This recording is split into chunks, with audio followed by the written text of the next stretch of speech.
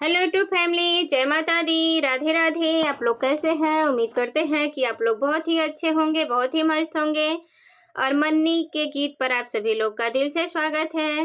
मैं आप सबके बीच एक बहुत ही सुंदर, बहुत ही प्यारा देवरानी जेठानी का नोक-झोंक गीत लेकर के आई हूँ। आप लोग देखिए कैसे देवरानी जेठानी को बुलाती हैं, फिर बुला करके इज्जत करती हैं, फिर बाद में उनको बेइज्जत करके भेज देती हैं। तो आप लोग सुनिएगा, मेरे वीडियो में फुल सपोर्ट कीजिएगा, लास्ट तक बने रहिएगा। आप लोग से रिक्वेस्ट है, मेरे जितने भी दर्शक देख रहे हैं, मेरे चाची चाचा दादी बाबा बुआ भाई बहन, मेरे मम्मी पापा, जितने लोग भी देखते हैं, आप लोग हमें भी सपोर्ट कीजिएगा, अपना प्यार दुलार आशीर्वाद हमें भी दीजिएगा। और मेरे वीडियो में आप लोग बने रहिए। मैं आप सभी को सुनाती हूँ। तुम हमारे घर आई हो जेठानी रानी, तुम हमारे घर आई हो जेठानी रानी, तुम हमारे घर आई हो जेठानी रानी, तुम हमारे घर आई हो जेठानी रानी। सासू जी के नौआ ननद जी के बारी, सासू जी के नौआ ननद जी के बारी, जेठनी को तुम चले जई हो हमारे पिया, जेठनी को तुम चले जई हो हमारे पिया, तुम हमारे घर आई हो जेठानी रानी, तुम हमारे घर आई हो जेठानी रानी। सासू जी के खटिया ननद जी के मचिया, सासू जी के खटिया ननद जी के मचिया, तुमको पलंग पर बैठैबो जेठानी रानी, तुमको पलंग पर बैठैबो जेठानी रानी, तुम हमारे घर आई हो जेठानी रानी, तुम हमारे घर आई हो जेठानी रानी।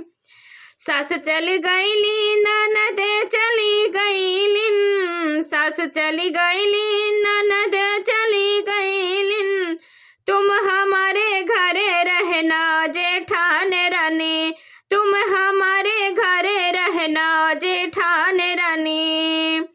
सासू जी के रुपया ननद जी के चवन्नी, सासू जी के रुपया ननद के चवन्नी, जेठनी के हरवा पहिनैबो हमार पिया, जेठनी के हरवा पहिनैबो हमार पिया,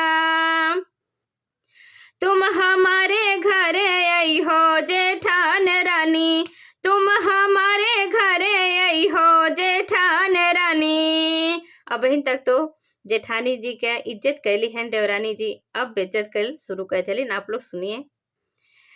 झुमका से झुमका में ये तो जीरा चोराइलिन, झुमका में ये तो जीरा चोराइलिन, कंगना में आजवाइन, कंगना में आजवाइन जेठानी रानी, कंगना में आजवाइन जेठानी रानी।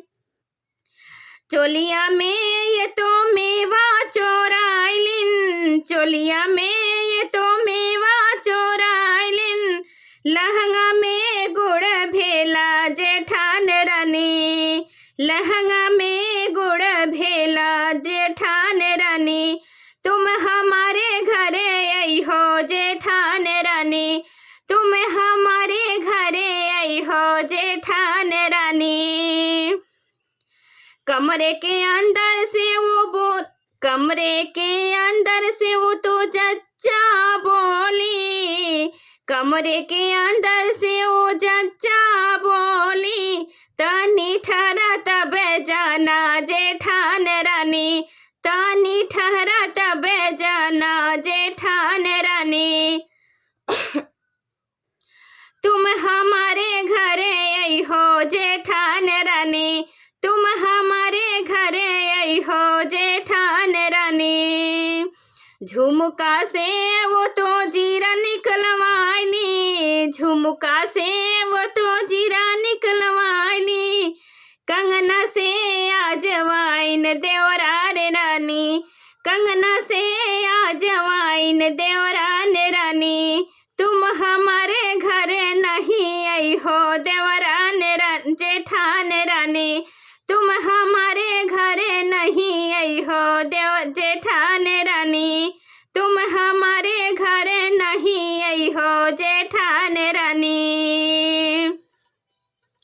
चोलिया से ये तो मेवा निकलवाइली, चोलिया से ये तो मेवा निकलवाइली, लहंगा से गुड़ भेला देवरान रानी, लहंगा से गुड़ भेला देवरान रानी, तुम हमारे घरे आना जेठा, तुम हमारे घरे नहीं आना देवरान रानी, तुम हमारे घरे नहीं आना देवरान रानी। सब चीज़ निकलवाइली, ओकर बाद भी इज्जत कह के कह दी कि नहीं है हमारे घरे। अब पहले तो बहुत जोर इज्जत कह के बुलैली।